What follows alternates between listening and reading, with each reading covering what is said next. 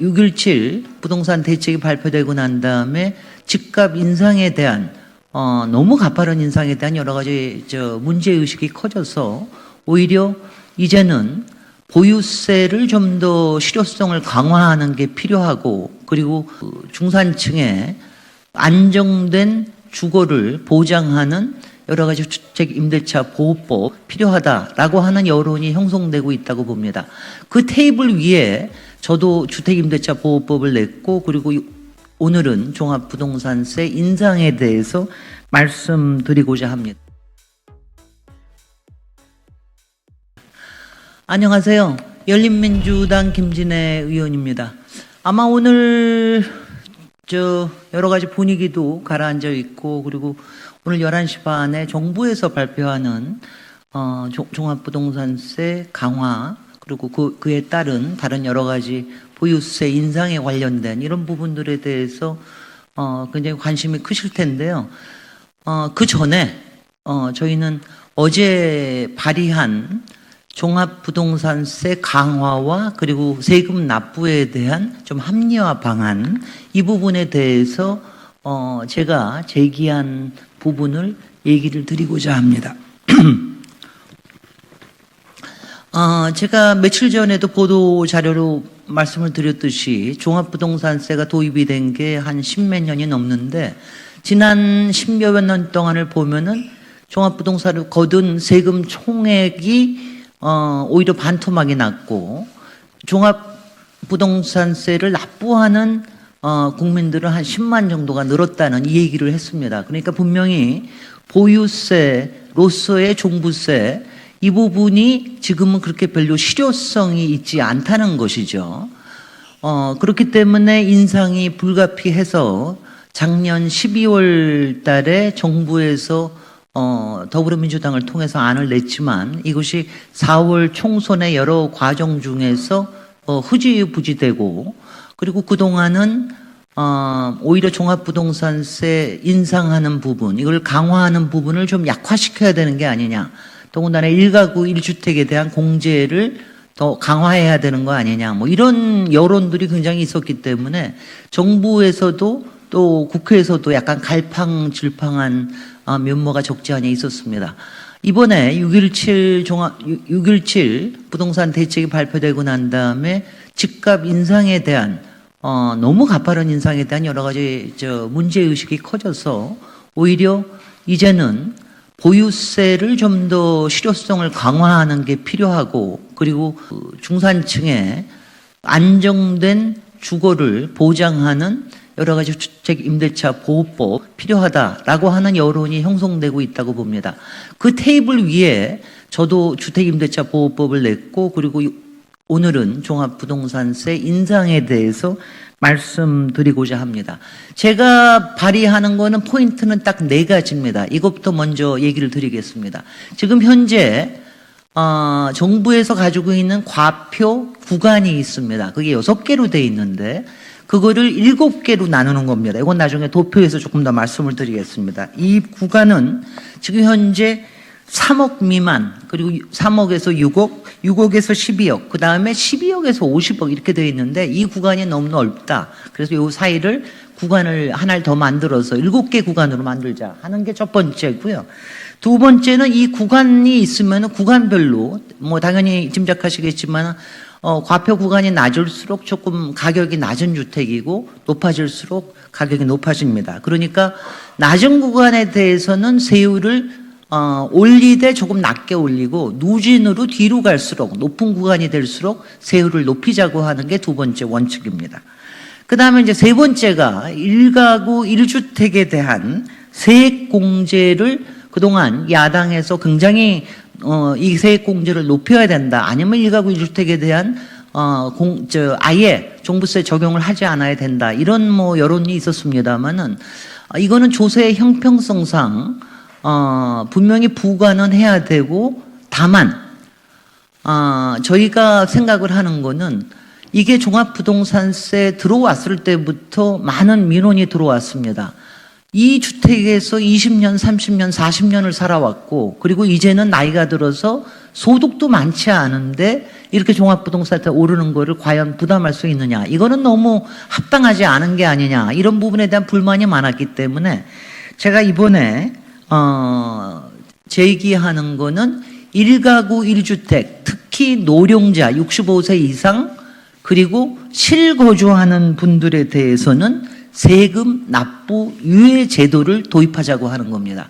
세금 납부 유예 제도라 하면 지금 당장 세금은 발생했으나 이것을 납부하는 시기를 뒤로 늦출 수 있는 걸 얘기합니다. 그러니까 노령자 같은 경우에는 혹시 상속이나 증여, 나중에 매매가 이루어졌을 때 그동안에 쌓여있던 세금을 한꺼번에 납부할 수 있는 것이죠. 이것을 도입하면 지나친 앞으로의 세액 공제라든가 이런 부분들에 대해서 덜 걱정할 수 있고, 그리고 납부자로서는 선택권이 생기는 겁니다. 만약 세금 부담이 높아서 도저히 견딜 수 없다라고 하면은 이거를 매각을 해야 되고, 그렇지 않으면은 그대로 살면서 보유하고 있다가 나중에 세금을 납부하게 되는, 이렇게 되는 게 필요하다고 생각이 되고요. 다만 여기서 굉장히 중요한 게 이 세 번째입니다만은 1가구 1주택에 대한 여러 가지 세액 공제에도 본인이 살지도 않으면서 여기에 세액 공제를 해주는 건 좀 무리가 있다. 그래서 앞으로는 실거주로 요건을 바꾸는, 그래서 오히려 강화하는 이런 게 필요하다고 봅니다. 지금 뭐 아시겠습니다만은 많은 또 분들이 본인이 보유하고 있는 이 주택을 남한테 전월세를 놓고 그리고 딴 데 가서 사는, 이래서 시장에서 주택 재고가 돌지 않는 이런 문제를 방지하기 위한 것입니다. 제가 이런 세금 납부 유예 제도, 그 다음에 그 구간을 조금 더 정교화하고 그리고 높아질수록 누진 상승을 시키고 그리고 실거주 요건을 1가구 1주택에 대해서도 강조하는 이유는 이렇습니다. 보유세가 높아져야 한다라는 것은 많은 분들이 알고 계십니다. 그런데 정부에서 오늘 나오는 안이 혹시 얼마나 높아질지는 모르겠습니다만 이 다음 것을 잠깐 보도록 하겠습니다. 여러분들이 제가 이 기회를 통해서 여러분들하고도 공유하고자 하는 게 있습니다. 이게 상당히 전문적인 안이기 때문에 기자님들께서 잘 이해를 못하고 계시는 부분들이 좀 있을 것 같은데요.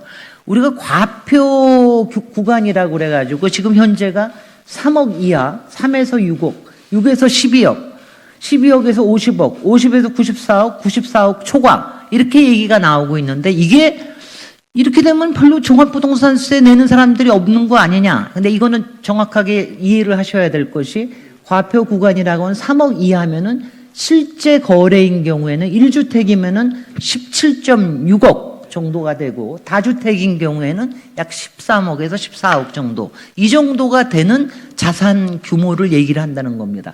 3억에서 6억 보면은 1주택인 경우에는 한 22억까지, 그 다음에 다주택인 경우에는 약 18억까지, 이렇게 보시면 상당히 많은 부분이 이 안에 포함이 될 수 있다는 것을 좀 아셔야 되고요.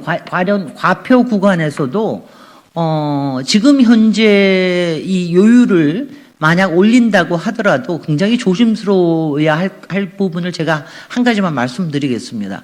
여러분들이 지금 신문 기사에서 나오는 거 보면 최대 요율을 4%로 원래 올리는 안이었는데 이거를 5%로 올리냐, 6%냐, 8%냐 이런 얘기를 하는 거를 굉장히 크게 얘기를 하시는데요. 사실 그거는 아주 큰 의미가 없습니다.